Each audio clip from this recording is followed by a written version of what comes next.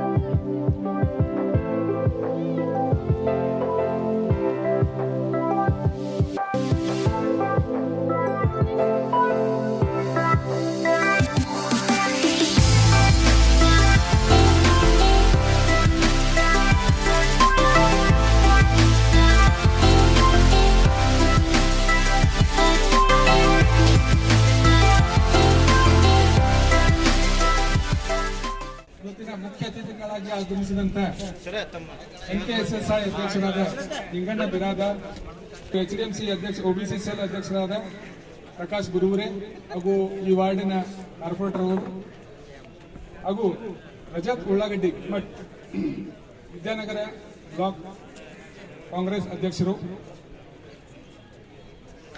HPU ಅಧ್ಯಕ್ಷರು ಕಿರಣ್ ಬಾಕ್ಲೆ, ಇವರಿಗೆಲ್ಲರಿಗೂ ತುಂಬ ಹೃದಯದ ಸ್ವಾಗತ. ಈ ರಜತ ಸಂಭ್ರಮಕ್ಕೆ ಎಲ್ಲರಿಗೂ ಸ್ವಾಗತ, ಸುಸ್ವಾಗತ.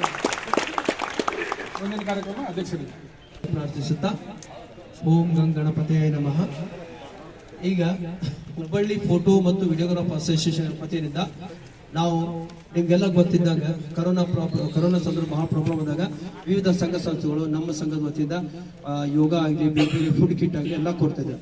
ಅವಾಗ ಸುತ್ತ ರಜತ್ ಉಳ್ಳಾಡಿ ಮಠರು ನನ್ನ ಸಂಪರ್ಕ ಮಾಡಿದಾಗ ನಾ ಹೇಳಿದ್ದೆ, ಸರ್ ನಮ್ಮ ಫೋಟೋಗ್ರಾಫರ್ ಎಲ್ಲ ಬರೋದು ಅನಾನುಕೂಲಿಂದ ಹೀಗೆ ಮುಂದೆ ಹೋಯ್ತು. ಮೊನ್ನೆ ಮಾತಾಡೋ ಮುಂದೆ ಅವರ ನನಗೆ ಹೇಳಿ, ಯಾಕೆ ನೀವು ಫೋಟೋಗ್ರಾಫರ್ ನೀವು ಕೊರೋನಾಕ್ಕಿಂತ ಹೆಚ್ಚಿಗೆ ಏನು ಮಾಡ್ತಾ ಇಲ್ಲ, ಅವರು ಕೊರೋನಾಕ್ಕಿಂತ ಹೆಚ್ಚಿಗೆ ಮ್ಯಾರೇಜ್ನಲ್ಲಿ ಹೋಗಿ ಕ್ರೌಡ್ನಲ್ಲಿ ಹೋಗಿ ಎಲ್ಲ ಮಾಡ್ತಾ ಇದ್ದಾರೆ, ಅದರ ಸಲುವಾಗಿ ಅವ್ರಿಗೆ ಯಾಕೆ ಮಾಡಬಾರ್ದು ಅಂದಾಗ ಅವರು ಎಸ್ ಅಂತ ಹೇಳಿದಾರೆ. ಅದರ ಸಲುವಾಗಿ ಇವತ್ತು ಅವ್ರು ಹೇಳಿದ ಮಾತಿಗೆ ತಕ್ಕಂಗ ನಿಮ್ಮ ಎಷ್ಟು ಮಂದಿ ಇದ್ದಾರೆ ಎಲ್ಲರಿಗೂ ನಾ ಒಂದು ಉಡುಗೊರೆ ಕೊಡ್ತೇನೆ ಅಂತ ಹೇಳಿ ಅವರ ರಜತ ಸಂಭ್ರಮ ಅಂತ ಹೇಳಿ ಒಂದು ಕಾರ್ಯಕ್ರಮ ಮಾಡ್ತಾ ಇದ್ದಾರೆ. ಅವ್ರ ರಜತ ಸಂಭ್ರಮ ಇದು ಏಪ್ರಿಲ್ 14ನೇ ತಾರೀಕು ಮಟ್ಟ ಟೋಟಲ್ ಒಂದು 10,000 ಕಿಟ್ಗಳನ್ನು ಕೊಡ್ಬೇಕು ಅಂತ ಒಳ್ಳೆ ಸಂಘ ಸಂಸ್ಥೆಗಳಿಗೆ ಒಳ್ಳೆ ಕೊರೋನಾ ವೈರಸ್ ಕೊಡ್ಬೇಕಂತ ಮಾಡ್ತಾ ಇದ್ದಾರೆ. ಅದರೊಳಗೆ ನಾವು ಒಂದು ಸೇರಿಸಿದ್ದೆವು, ನಮ್ದು ಒಂದು ಸೌಭಾಗ್ಯ. ಅದರಿಂದ ಅವ್ರ ರಜತ್ ಉಳ್ಳಾಡಿ ಮಠ ಅವರಿಗೆ ನಮ್ಮ ಹುಬ್ಳಿ ಫೋಟೋ ಅಸೋಸಿಯೇಷನ್ ಎಲ್ಲರ ವತಿಯಿಂದ ಒಂದು ದೊಡ್ಡ ಕ್ಲಾಪ್ಸ್ ಕೊಡ್ಬೇಕಂತ ಹೇಳಿ ನಾವು ಇದು ಮಾಡ್ತೇವೆ. ನೋಡಿ, ಇವತ್ತಿನ ಕಾಲದೊಳಗ ಎಲ್ಲರ ಕಡೆ ರೊಕ್ಕ ಇರ್ತೈತೆ, ಎಲ್ಲ ಇರ್ತದೆ, ಆದ್ರೆ ಅನ್ನ ಇರ್ತೈತೆ ಎಲ್ಲ ಇರ್ತದೆ. ಬೇರೆಯವ್ರು ಕೊಟ್ಟ ಊಟ ಮಾಡಂಗಿಲ್ಲ, ಬೇರೆಯವ್ರಿಗೂ ಕೊಟ್ರ ಮತ್ತೆ ನಮ್ಗೆ ಎಲ್ಲ ಕಡಿಮೆ ಆಗ್ತೈತೆ ಮಾಡ್ತಾರೆ. ಅದರಿಂದ ಅಂತ ಒಳ್ಳೆ ವ್ಯಕ್ತಿತ್ವ ಅವರು ಫಾದರ್ ಸುತ್ತ ನಮ್ಮ ಪರಿಚಯ 1980ನೇ ಇಸ್ವಿಯೊಳಗೆ 88ನೇ ಇಸ್ವಿಯಾಗ ಪ್ರಕಾಶ್ ಉಳ್ಳಾಡಿ ಮಠ ಅವರು ಸುತ್ತ ಬಹಳ ರಾಜಕೀಯ ಧುರೀಣರು. ನಮ್ದೇನು ಕಾರ್ಯಕ್ರಮ ಇದೆ ಅವ್ರ ಕಡೆ ಹೋಗ್ತಿದ್ದು, ಬಹಳ ಇದ್ರ ಅನಾನುಕೂಲದಿಂದ ವಿಧಿವಶವಾದ್ರ ಈಗ ಅದೇ ದಾರಿಯಲ್ಲಿ ಅವ್ರ ಮಗನ ಸುಖ ಹೋದ್ರ ಅವ್ರಿಗೆ ಉನ್ನತ ಅಭಿವೃದ್ಧಿ ಆಗ್ಲಿ ಅಂತ ನಾ ಸಂಘದ ವತಿಯಿಂದ ಕೇಳ್ಕೊಂತ ಇವತ್ತು ರಜತ ಸಂಭ್ರಮ ಅಂತ ಆಚರಿಸ್ತಾ ಇರ್ತಾರ. ಅವ್ರಿಗೆಲ್ಲ ನಿಮ್ಗೆಲ್ಲ ಉಡುಗೊರೆ ಕೊಡ್ತಾರೆ. ಅವ್ರು ಏನು ಉಡುಗೊರೆ ಕೊಡ್ತಾರೆ ತಾವು ಮನೆಯೊಳಗೆ ಉಪಯೋಗ ಮಾಡಿ ಚೆನ್ನಾಗಿ ಇದಕ್ಕೆ ಸದುಪಯೋಗ ತಗೋಬೇಕಂತ ಹೇಳ್ತಾ ಇದ್ದೇನೆ.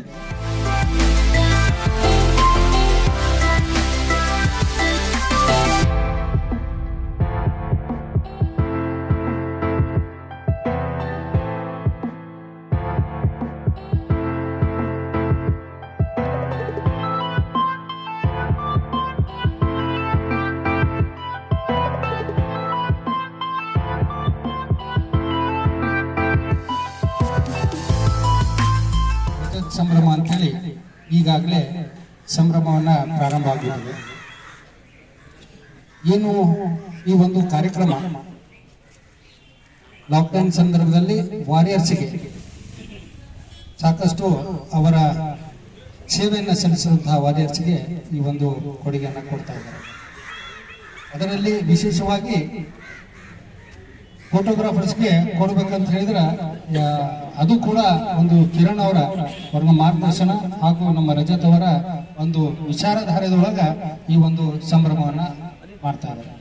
ಈ ಒಂದು ನಮ್ಮ ರಜತ್ ಉಳ್ಳಾಗಡ್ಡಿ ಮಠ ಅವರು ಮಾಡ್ತಾ ಇರುವಂತಹ ಕೆಲಸಕ್ಕೆ ಒಂದು ಫಲಾನುಭವಿಗಳನ್ನು ಹುಡುಕಿಸಿ ತಾವು ಪ್ರತಿಯೊಬ್ಬರು ಫೋಟೋಗ್ರಾಫರ್, ವಿಡಿಯೋಗ್ರಾಫರ್ ಪ್ರತಿಯೊಂದು ಮದುವೆಯಲ್ಲಿ ಪ್ರತಿಯೊಂದು ಕಾರ್ಯಕ್ರಮ ಆದ್ರೆ ತಾವು ಬೇಕೇ ಬೇಕು. ಈಗ ಮುಂಚೆ ಏನೋ ಇತ್ತು, ಈಗ ತಾವಿಲ್ಲದೆ ಯಾವುದೋ ಕಾರ್ಯಕ್ರಮ ನಡೆಯಲ್ಲ. ಅಂತ ಕಾರ್ಯಕ್ರಮ ಈ ಕರೋನಾದಲ್ಲಿ ನೀವು ಅಷ್ಟೊಂದು ಶ್ರಮಪಟ್ಟು, ಯಾಕಂದ್ರೆ ಇಲ್ಲಿ ಮದುವೆ ಆಗಲ್ಲ ಅಂತ ಹೇಳ್ತಿದ್ರು, ಆಗ್ತಾ ಇತ್ತು, ಹಾಗೆ ನೀವು ನಡೀತಾ ಇತ್ತು, ಕೆಲವು ಕೊರೋನಾ ಬರ್ತಾ ಇತ್ತು, ಅಂತಲ್ಲಿ ಹೋಗಿ ನೀವು ಕಾರ್ಯಕ್ರಮಗಳು ಅಟೆಂಡ್ ಆಗಿ ನೀವೆಲ್ಲ ಒಂದು ಕಾರ್ಯಕ್ರಮವನ್ನು ನಡೆಸಿಕೊಟ್ಟಿದ್ದಕ್ಕೆ ತಮ್ಮನ್ನು ಗುರುತಿಸಿ ತಮಗೆ ಈ ಒಂದು ಉಡುಗೊರೆಯನ್ನು ಕೊಡ್ಲಿಕ್ಕೆ ನಮ್ಮ ರಜತ್ ಉಳ್ಳಾಗಡ್ಡಿ ಮಠ ಅವರು ಬಹಳಷ್ಟು ಆಸಕ್ತಿಯಿಂದ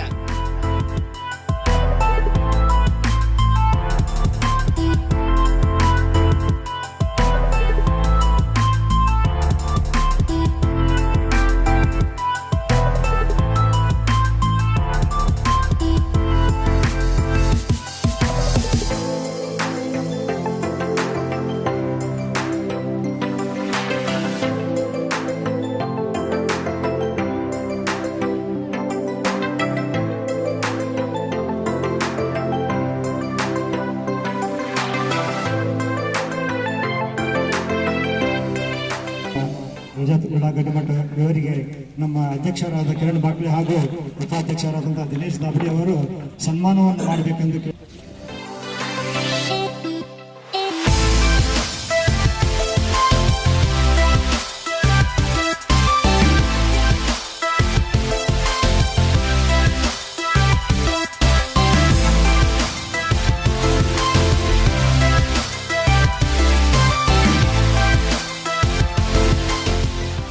ಸಂಘಕ್ಕೆ ಯಾವುದೇ ಆದಂತ ಒಂದು ಕಚೇರಿ ಆಗ್ಲಿ ಒಂದು ನಿವೇಶನ ಇಲ್ಲ. ಮೊನ್ನೆ ನಾವು ನಿವೇಶನ ಇದು ಮಾಡ್ಲಿಕ್ಕೆ ಹೋದಾಗ ಅಲ್ಲೇ ಒಂದು ಕೊಡೋದು ಒಂದು ಅದು ಪ್ರೊಸೆಸ್ ನಡೀತಾ ಇದೆ.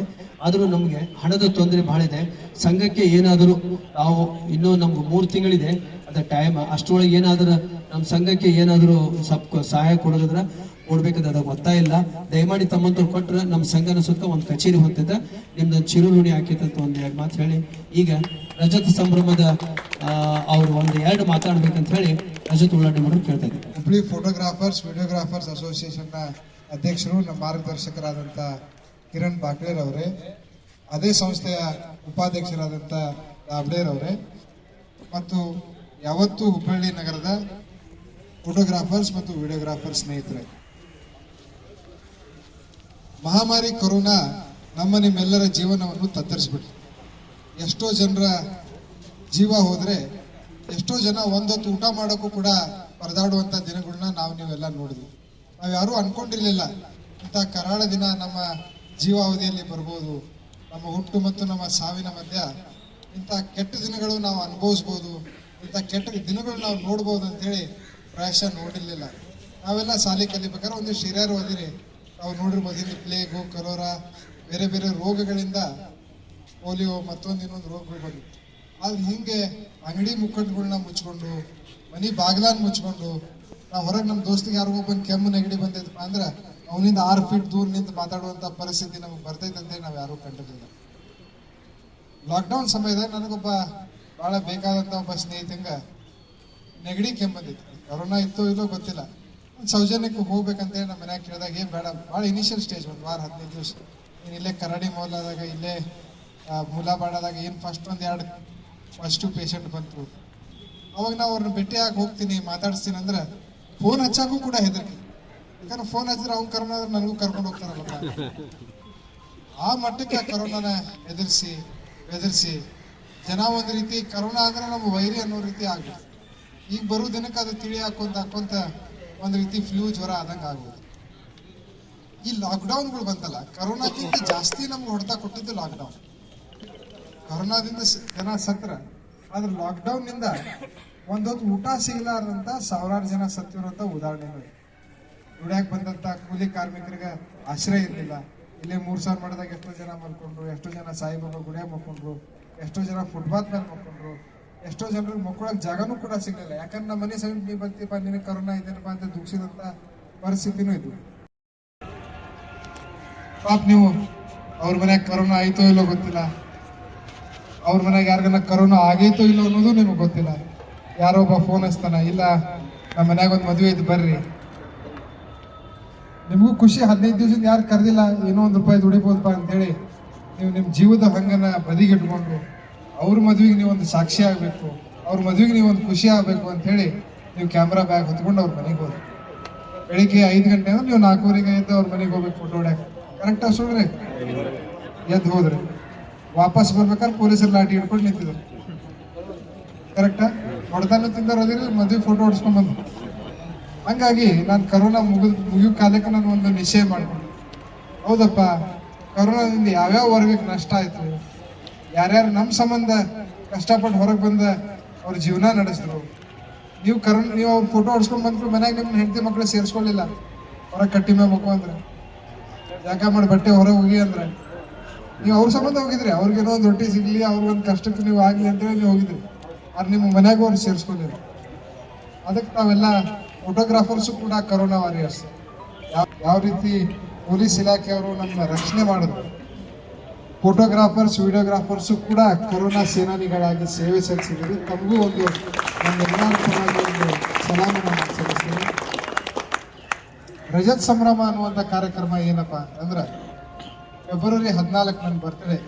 ಇದೇ ಸ್ಥಳದಲ್ಲಿ ನಾನು ಆಶಾ ಕಾರ್ಯಕರ್ತರು, ಅಂಗನವಾಡಿ ಟೀಚರ್ಸು ಮತ್ತು ಎಲ್ಲ ಪ್ರಾಥಮಿಕ ಆರೋಗ್ಯ ಕೇಂದ್ರದಾಗ ಯಾರು ಲಸಿಕೆ ಹಾಕಿದ್ರು, ಯಾರು ನಮ್ಮನ್ನ ಕರೋನಾ ಬಂದಾಗ ಮನೆಗೆ ಬಂದು ಚೆಕಪ್ ಮಾಡಿದವ್ರು ಇದ್ರು, ಅವ್ರನ್ನೆಲ್ಲರೂ ಪ್ರಥಮ ಹಂತದಾಗ ಒಂದು 500 ಜನರಿಗೆ ಇಲ್ಲಿ ಸನ್ಮಾನ ಮಾಡಿ ಮುಂದುವರೆದಂಗೆ ನಾವು ಮಂಗಳಮುಖಿಯರಿಗೆ, ಮನೆಗೆ ಹಾಲು ಹಾಕೋರಿಗೆ, ನ್ಯೂಸ್ ಪೇಪರ್ ಹಂಚೋರ್ಗೆ, ಆಮೇಲೆ ಮದುವೆಗ ಈ ವಾಲ್ದ ಊದವ್ರಿಗೆ, ಈ ರೀತಿ ಪ್ರತಿಯೊಂದು ವರ್ಗಕ್ಕೂ ನಾವು ಪ್ರತಿ ವಾರಕ್ಕೆ 1ರಿಂದ 2 ಸಮಾಜನ ಗುರುತಿಸ್ಕೊಂಡು, ಯಾಕಂದ್ರೆ ತಮ್ಮನ್ನು ಸೇರಿಸ್ಬೇಕಂದ್ರೂ ಅಷ್ಟು ಆಗಿರಲ್ಲ. ನಾನು 4 ಸರಿ ಕಿರಣ್ ಅವ್ರ ಆಫೀಸ್ಗೆ ಹೋಗಿ ನಾನು ಹೇಳ್ಬೇಕು, ತಮ್ದೇನೋ ಸಂಘಟನೆ ಒಂದು ಸ್ಟ್ರಾಂಗ್ ಐತಿ, ಒಂದು ವಾಟ್ಸಪ್ ಗ್ರೂಪಿಗೆ ಒಂದು ಮೆಸೇಜಿಗೆ ತಾವು ಬಂದ್ರಿ. ಅವ್ರು ಬೇರೆಯವ್ರಿಗಾದ್ರೆ ನಾವು ಪ್ರತಿಯೊಬ್ಬರಿಗೂ ಫೋನ್ ಹಚ್ಚಬೇಕು, ಎಲ್ಲ ಕಡೆ ಸಂಘಟನೆ ಇರುವುದಿಲ್ಲ. ಅದೇ ರೀತಿ ಹಂತವಾಗಿ ಆಮೇಲೆ ಯಾಕಂದ್ರೆ ನಾವು ಪ್ರಾರಂಭ ಮಾಡ್ಬೇಕಾರೆ ಲಾಕ್ಡೌನ್ ಮಾರ್ಗಸೂಚಿ 200 ಜನರನ್ನ ಅಷ್ಟೇ ಸೇರಿಸ್ಬೋದಂತೆ. ಅದಕ್ಕೋಸ್ಕರ ನಾವು 2 ತಿಂಗಳ ಕಾರ್ಯಕ್ರಮನ ಇದು ಹಾಕೊಂಡು ಬಂದೀವಿ. ಇದೇ ರೀತಿ ಮುಂದುವರಿತೀವಿ. ನಾವು ನಿಮ್ಮ ಕಷ್ಟಕ್ಕೆ ಒಂದು ಧ್ವನಿ ಆಗಬೇಕು.